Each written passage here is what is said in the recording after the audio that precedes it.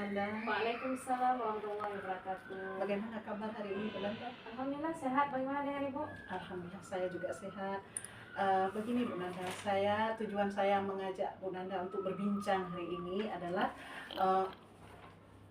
untuk melakukan praobservasi Bu Nanda, untuk mengetahui apa saja yang akan diobservasikan. Jadi yang pertama Bu Nanda, saya ingin menanyakan tujuan pembelajaran Bu Nanda di dalam kelas, kemudian pelajaran apa nanti yang Bu Nanda akan ajarkan di dalam kelas. Baik, di sini saya mengajar di kelas 4, ada pelajaran PPKN. Iya. Nah, jadi untuk materi PPKN ini sendiri kita sudah sampai di bab 2, Iya, benar. yaitu temanya tentang Undang-Undang Dasar 1945. Di mana pada tema ini dia ada subtemanya lagi, yaitu belajar tentang hak dan kewajiban anak, baik itu di sekolah, di rumah, di sekolah maupun di masyarakat. Jadi di sini tujuannya kita ingin melihat, jadi peserta didik ini mampu untuk menentukan yang mana hak, yang mana kewajiban anak-anak, baik itu di rumah, sekolah maupun di masyarakat. Itu tujuannya. Oke, luar biasa Bu Nanda. Kemudian area yang ingin Bu Nanda kembangkan nanti dengan peserta didik. Jadi area yang ingin saya kembangkan di sini, jadi saya ingin peserta didik ini mampu dia memahami materi tadi. Jadi melalui pesan-pesan yang saya sampaikan, baik itu melalui tayangan dari Infocus ataupun media-media lain. Nah, sehingga dengan adanya tampilan dari media-media lain, jadi anak-anak lebih fokus untuk dapat memahami materi tersebut. Oke, mantap sekali Bu Nanda, luar biasa. Kemudian model pembelajaran yang ingin Bu Nanda aksikan nanti dengan peserta didik itu. Model apa Bu Nanda gunakan? Baik, terima kasih Bu. Jadi berdasarkan pengamatan atau observasi saya di kelas, jadi ini kan setiap anak berbeda ya Bu ya, cara belajarnya. Benar. Jadi saya terpikir untuk melakukan strategi pembelajaran berdiferensiasi. Jadi di sini saya melihat dulu kebutuhan di setiap peserta didik. Karena mereka kan berbeda-beda. Iya, benar Bu, benar. Jadi di sini saya melakukan asesmen awalnya dulu, diagnostik awal. Jadi bagian mana nih materi yang ini pelajari yang belum mereka pahami. Jadi nanti baru saya sesuaikan kondisi belajar mereka sesuai dengan minat dan bakat mereka. Oke, itu model pembelajarannya ya Bu Nanda ya. Kemudian untuk strategi itu sendiri, jadi strategi apa yang nanti yang akan Ibu pakai? Saya ingin menerapkan.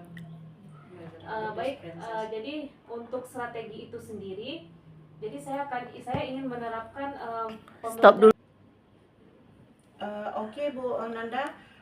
Kemudian model pembelajaran Bu Nanda nanti saat beraksi dengan anak-anak apa yang akan Bu Nanda gunakan?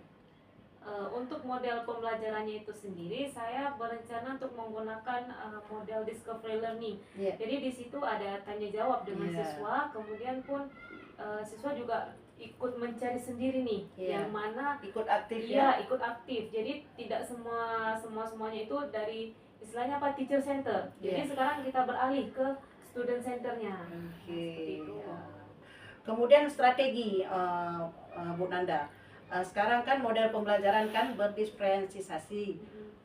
Apakah nanti akan Ibu gunakan model seperti itu? Baik. Tadi kan kita menggunakan model pembelajarannya model discover learning ya Bu ya. Jadi untuk strategi itu sendiri saya ingin menerapkan model strategi tentang pembelajaran berdiferensiasi. Di mana strategi ini kan kita melihat dulu nih konten-kontennya. Iya, benar. Bagaimana sih minat bakat peserta didik ini? Ya kan, karena kan nggak semua anak sama ya Bu ya. Jadi saya ingin menerapkan dulu model ini. Kemudian kita lakukan diagnostik awal atau tes asesmen awal seperti itu Bu, sehingga kita bisa mengetahui minat bakat mereka itu ke arah mana. Apakah Bu Nanda nanti akan menampilkan gambar atau postur supaya lebih menarik semangat anak itu? Ya, itu tentu Bu. Jadi dari pembelajaran nanti kita akan menampilkan baik itu video pembelajaran, foto-foto, sehingga anak-anak pun juga lebih mudah untuk memahami. Oke, luar biasa Bu Nanda. Kemudian asesmen atau penilaian yang akan Ibu gunakan nanti, apakah ada observasikah nanti atau ada tes keterampilan? Bagaimana itu Bu Nanda? Di sini untuk penilaiannya sendiri, saya rencananya menggunakan tes tulis. Iya. Jadi kita kasih soal kepada anak-anak untuk mengetes sejauh mana pemahaman mereka. Kemudian juga termasuk keterampilan juga saya nilai, yaitu rencananya mereka akan membuat pohon kewajiban ataupun pohon hak. Jadi ibaratnya pohon ya kan Bu, banyak daun-daun, banyak cabang-cabang gitu. Di situ mereka akan menuliskan contoh-contoh hak maupun kewajiban.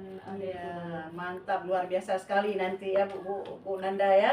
Kemudian sasaran di kelas mana kira-kira nanti ini? Insya Allah sasarannya di kelas 4.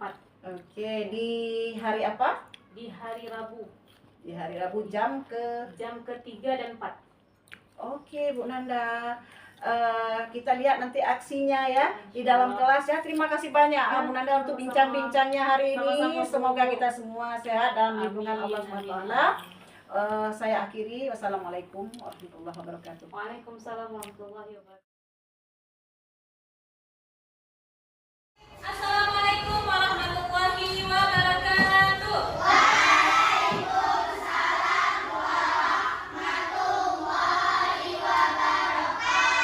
Oke, apa kabar semua?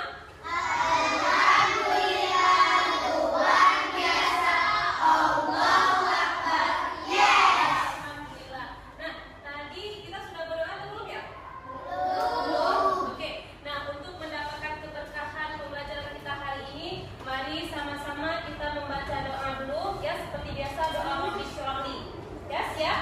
Siap. Baik, kita mulai. Berdoa mulai.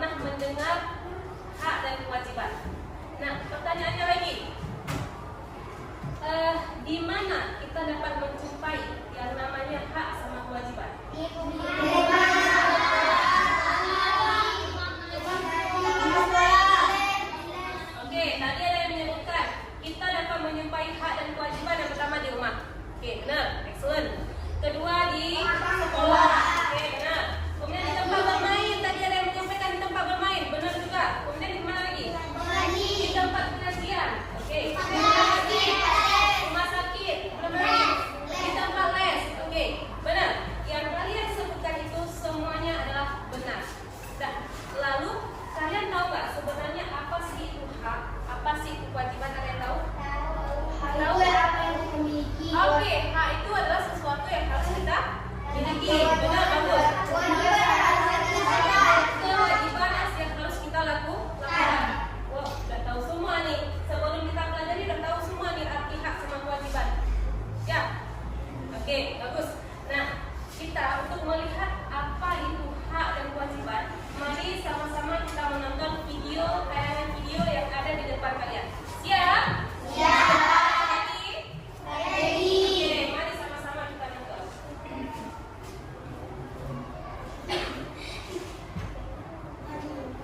Ada nama Bu Nanda di sini ya.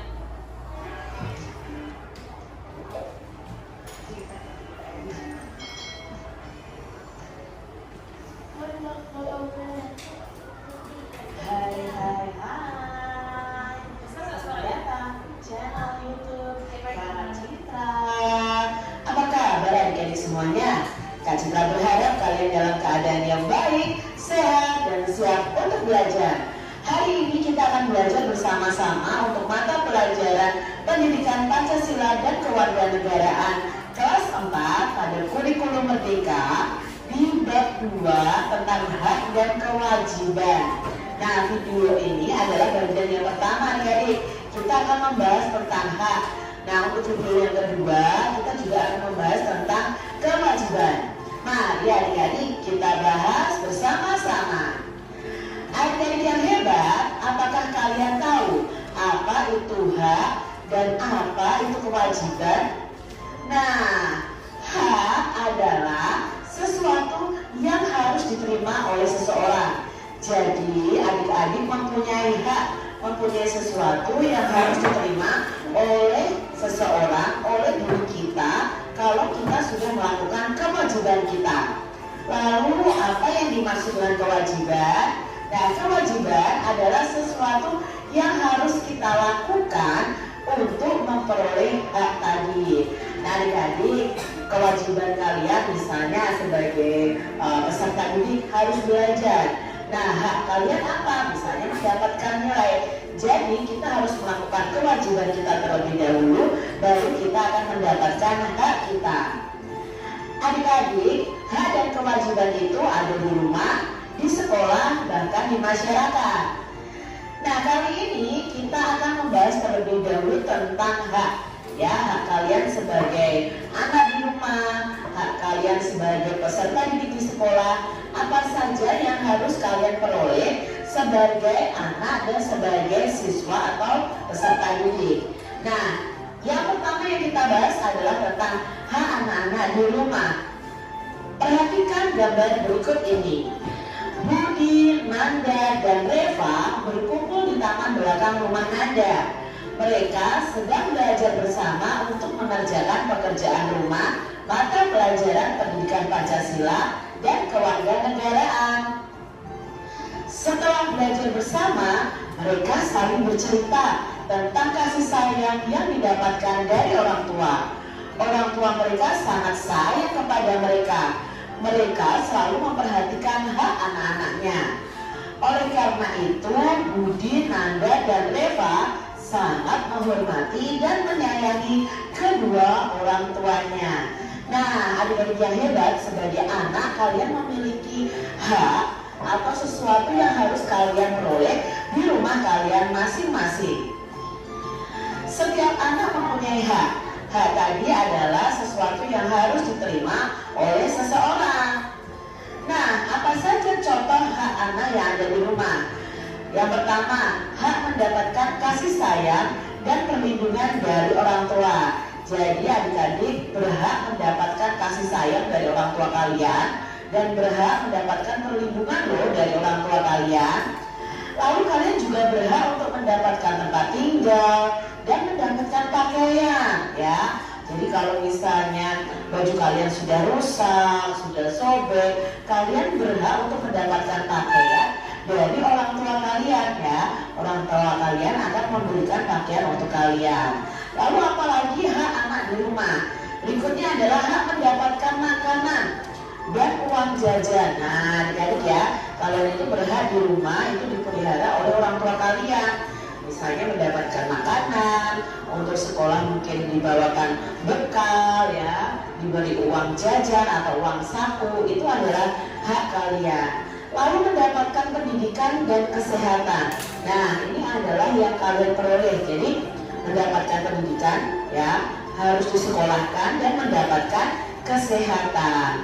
Lalu apalagi nih haknya? Nah, hak untuk bermain. Kalian boleh bermain, adik-adik, itu hak kalian ya.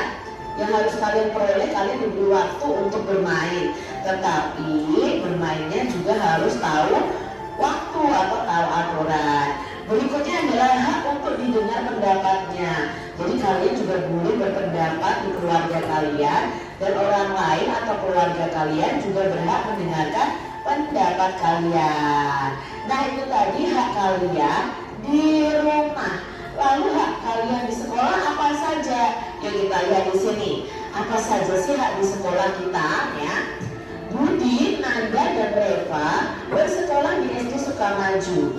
Sekolah mereka itu bersih. Sekolah mereka juga aman. Mereka bisa belajar dengan tenang.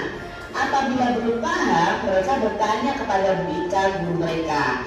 Bu Ika ini menjawab pertanyaan mereka dengan senang hati. Halaman sekolah Budi, Nanda, dan Reva itu sangat luas. Saat istirahat, mereka bermain dengan teman-teman yang lain di halaman sekolah dengan senang dan nyaman. Selain mempunyai hak di rumah, Budi, Nanda, dan Reva juga mempunyai hak di sekolahnya. Nah, apa hak adik-adik ketika berada di sekolah ya? Nah, ini adalah contoh hak anak atau hak kita ya, kalau anak-anak ya berada di sekolah. Yang pertama, kalian itu berhak untuk mendapatkan pelajaran di sekolah. Jadi ketika kalian di sekolah, kalian memperoleh pelajaran dari Bapak Ibu guru. Lalu kalian juga berhak untuk bertanya kepada guru ya. Guru pasti akan menjawab pertanyaan kalian. Tidak ada guru yang bertanya akan marah-marah ya. Karena ini adalah hak kalian bertanya kepada guru. Contoh berikutnya adalah hak mendapatkan suasana belajar yang tenang dan aman adik-adik. Jadi kalian berhak mendapatkan suasana kelas yang tenang, suasana sekolah yang aman. Lalu kalian juga berhak menjadi anggota perpustakaan di sekolah kalian. Contoh berikutnya, kalian berhak mendapatkan nilai. Kalau kalian sudah mengerjakan tugas, itu berarti kewajiban kalian. Kalian juga berhak mendapatkan nilai dari guru kalian. Kalian juga berhak untuk meminjam buku nih adik-adik di perpustakaan. Lalu hak kalian di sekolah adalah hak bermain saat jam istirahat. Jadi ketika jam istirahat kalian boleh bermain. Lalu berikutnya ada hak mendapatkan sarana belajar seperti buku, meja, dan kursi yang baik ketika berada di sekolah. Nah, itu tadi adalah hak anak-anak di rumah maupun di sekolah. Nah, untuk kewajiban kita akan bahas di video selanjutnya. Jadi sekarang adik-adik sudah tahu ya apa hak-hak kalian ya, apa yang harus kalian peroleh baik di rumah maupun di sekolah. Terima kasih sudah menyaksikan video dari Kak Citra, dan sampai jumpa lagi di video pembelajaran Kak Citra selanjutnya. Tuhan. Oke, nah sedikit tadi Bu mungkin agak lupa menyampaikan tujuan pembelajaran kita. Ya, jadi Bu kita udah nonton video tapi Bu lupa menyampaikan tujuan. Jadi, nah tujuan pembelajaran kita hari ini untuk mengetahui yang mana saja sih hak-hak yang ada di rumah maupun di sekolah. Untuk kewajiban kita akan di minggu selanjutnya. Ya, bisa dipahami nak? Baik ya.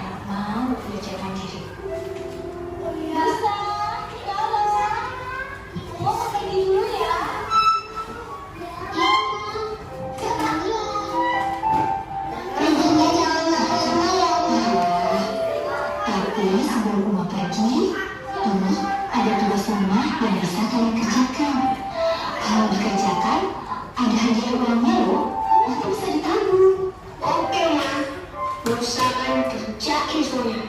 Gak ada yang bagusan. Enak aja. Rara kan cuma mau dapat hadiah. Tugasnya dibagi dua dong, supaya semua dapat hadiah. Pamit dulu ya, kamu ganteng. Assalamualaikum.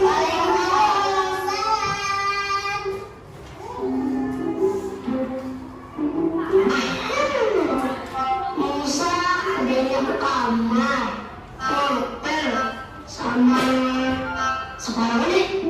Berarti Musa dapat 20.000. Asik.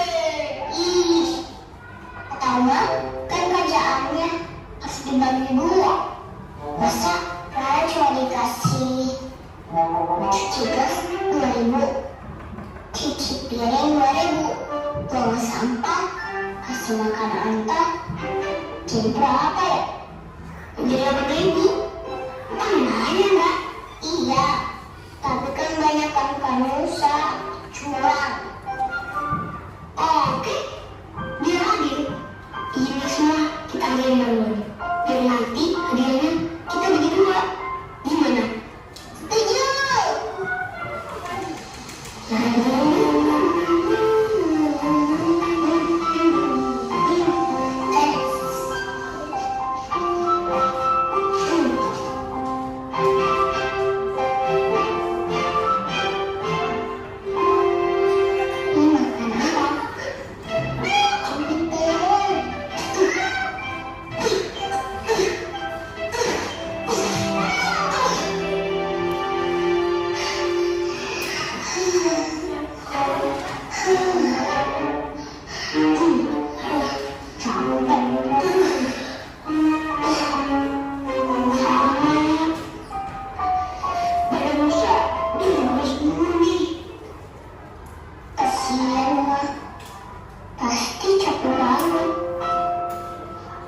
Astagfirullah.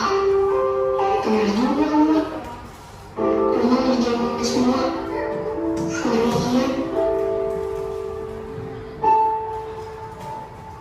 Assalamualaikum.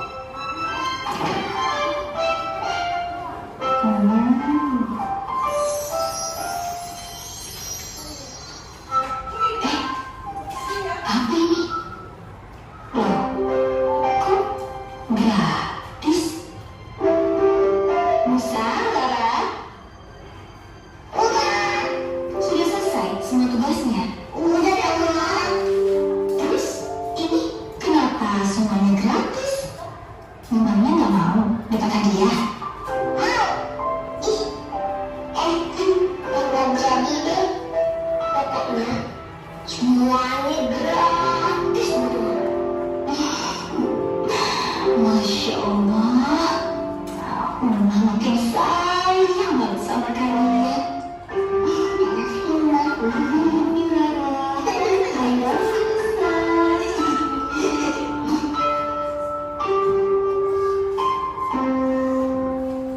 Oke, dah. Sudah ya? Nah, dari tayangan video kita kali ini, ya, di sini Assalamualaikum. ya. Oke. Nah, dari tayangan tadi itu ibu rasa bukan cuma hanya Kak, ya. Kewajiban ada juga kan? Nah, walaupun seperti itu, walaupun dari kita belum sempat melihat yang video tentang kewajiban, tetapi kalian sudah punya gambaran kan tentang kewajiban itu seperti apa? Nah, sekarang tugas kalian edukasi waktu 5 menit. Berarti ini kan jam 10.20. Jam 10.25 itu kalian sudah siap, sudah selesai menuliskan contoh hak dan kewajiban dari video tadi. Ya, bisa dipahami kan?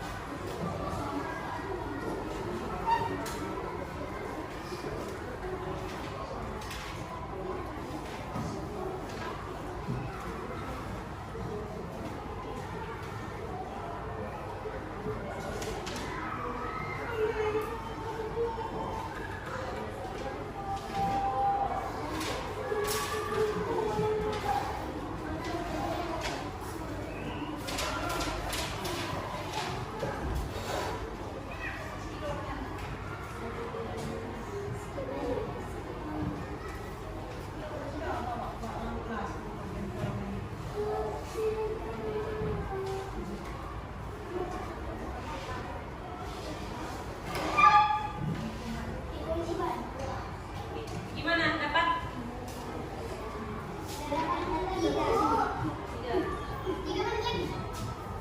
lagi.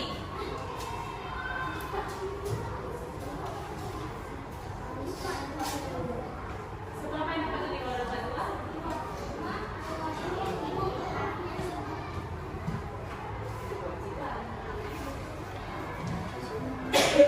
Mbak, itu kan sesuatu yang harus kita dapatkan, yang kita peroleh. Seberapa yang dapat dari video tadi? Kalau di video tadi dapat 2,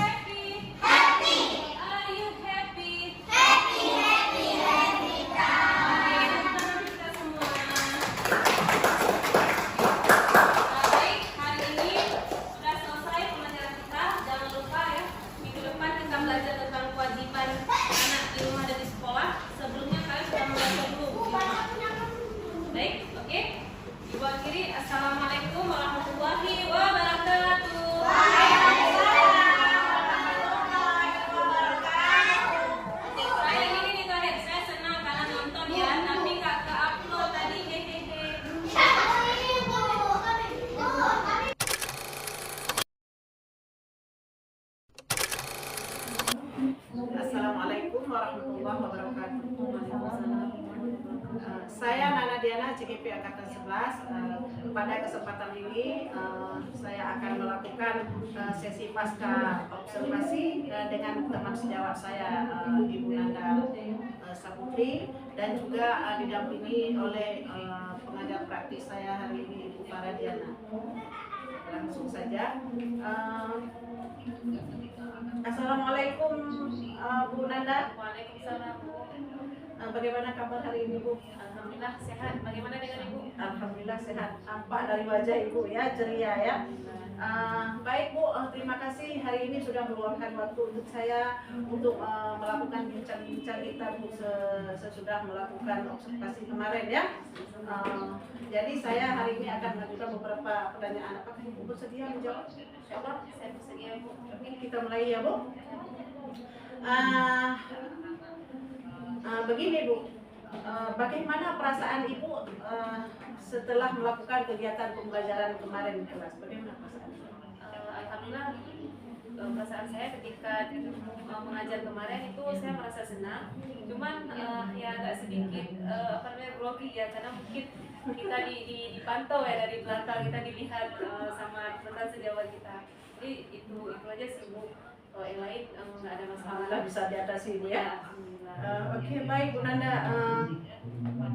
Apakah Ibu Nanda bisa menceritakan sedikit proses pembelajaran yang sudah Ibu lakukan kemarin di dalam kelas? Baik, jadi proses pembelajaran yang dilakukan minggu lalu di kelas ya, itu kita intinya melibatkan siswa juga Bu. Kita menggunakan metode namanya kemarin learning project based learning. Jadi di situ siswa dengan guru sama-sama saling terlibat di situ. Jadi guru pun aktif bertanya dengan siswa, siswa demikian juga dengan siswa aktif bertanya, dan siswa pun di situ juga aktif untuk menyampaikan pendapat-pendapat atau ide-ide yang dipikirkan oleh mereka. Baik, benar sekali Bu. Berdasarkan hasil pengamatan saya kemarin Bu ya, saya juga sudah melihat Ibu menggunakan beberapa konten untuk peserta Ibu ya. Kemudian sudah sesuai, gaya belajarnya juga sudah sesuai, kemudian metode pembelajaran Ibu juga yang Ibu rencanakan juga sudah berjalan dengan baik Bu ya. Baik, untuk pertanyaan berikutnya Ibu terkait dengan pembelajaran di kelas kemarin, apakah ada hambatan-hambatan yang Ibu temui di dalam kelas saat proses belajar mengajar Ibu? Sebenarnya hambatannya tidak terlalu ya Bu, cuman kendalanya di saja di alatnya aja. Jadi kebetulan di kelas saya itu jok sambungnya itu tidak berfungsi, sehingga jadi saya harus mengambil jok sambung dari kelas lain. Jadi sehingga akan memakan waktu kita. Jadi itu aja sih Bu kendalanya. Kalau yang lain tidak ada yang begitu berarti Bu ya. Oke Bu Nanda. Nah, selain dari menyiapkan media belajar atau sarana Bu ya, adakah hal-hal lain yang membuat terhambat proses pembelajaran Ibu? Sebenarnya kendala lain nggak ada sih Bu, yang kendala yang berarti itu tidak ada. Cuman hanya saja di muridnya saja yang ketika kita suruh maju ke depan dia masih agak malu-malu gitu, masih kurang percaya diri. Mungkin mereka merasa ada yang mengawasi, mungkin mereka tidak nyaman, kurang fokus ya, karena orang yang masuk di kelasnya mungkin dia belum kenal gitu ya. Oke, ya benar Bu. Saya pun melihat mereka agak kurang percaya diri kemarin ya. Nah, terkait dengan hambatan yang terjadi, apa yang Ibu lakukan untuk mengatasi permasalahan yang muncul seperti itu? Kalau dari segi hambatan dari segi teknisi tadi alat, berarti itu yang saya lakukan berarti menyiapkan terlebih awal. Misalkan 30 menit sebelum masuk pembelajaran itu saya sudah langsung menyetel terus alatnya sehingga tidak memakan waktu jam belajar. Kemudian dari segi anak-anak, kurang percaya dirinya anak-anak. Jadi saya memberikan motivasi kepada mereka bahwa ketika mereka disuruh tampil ke depan, mereka tidak perlu takut. Jadi mereka harus terbiasa, dan kita pun juga harus sering menyuruh mereka untuk sering tampil ke depan. Ya, oke Bu. Berdasarkan hal-hal yang Ibu sampaikan tadi terkait hambatan yang Ibu temui di dalam kelas itu, kemudian adakah solusi untuk mengatasi masalah tersebut? Solusinya yang Ibu gunakan? Solusinya saya lebih di setiap pembelajaran berarti saya lebih sering menyuruh anak-anak untuk sering tampil ke depan. Jadi dengan sering kita suruh tampil mereka ke depan, mereka sudah terbiasa. Jadi tidak merasa grogi lagi. Ya, sering-sering aja muncul, sering-sering Ya, ngomong ya. walaupun yang mereka sampaikan terkadang itu salah dan tidak sesuai dengan yang kita maksud. Ya, tapi itu bukan jadi satu masalah. Sebenarnya mereka sudah berani tampil di depan, itu sudah sangat luar biasa sekali. Ya, tetap kita beri apresiasi ya, sehingga mereka tidak canggung saat di depan ramai ngobrol ya. Baik Bu, bagus sekali Bu, luar biasa untuk solusi Ibu menyiapkan lebih awal ya, apa-apa saja yang dibutuhkan oleh peserta didik untuk kelancaran proses belajar mengajar ya. Nah, karena Ibu sudah mendapat solusinya, kira-kira kapan Ibu akan melaksanakan solusi itu? Solusi yang akan saya kerjakan dari hasil pembelajaran kemarin itu akan saya terapkan kembali insyaallah di pertemuan selanjutnya, di pertemuan di minggu selanjutnya. Apakah Ibu mengkondisikan anak Ibu atau bagaimana? Tentunya berarti saya harus mengkondisikan anak-anak terlebih dahulu bagaimana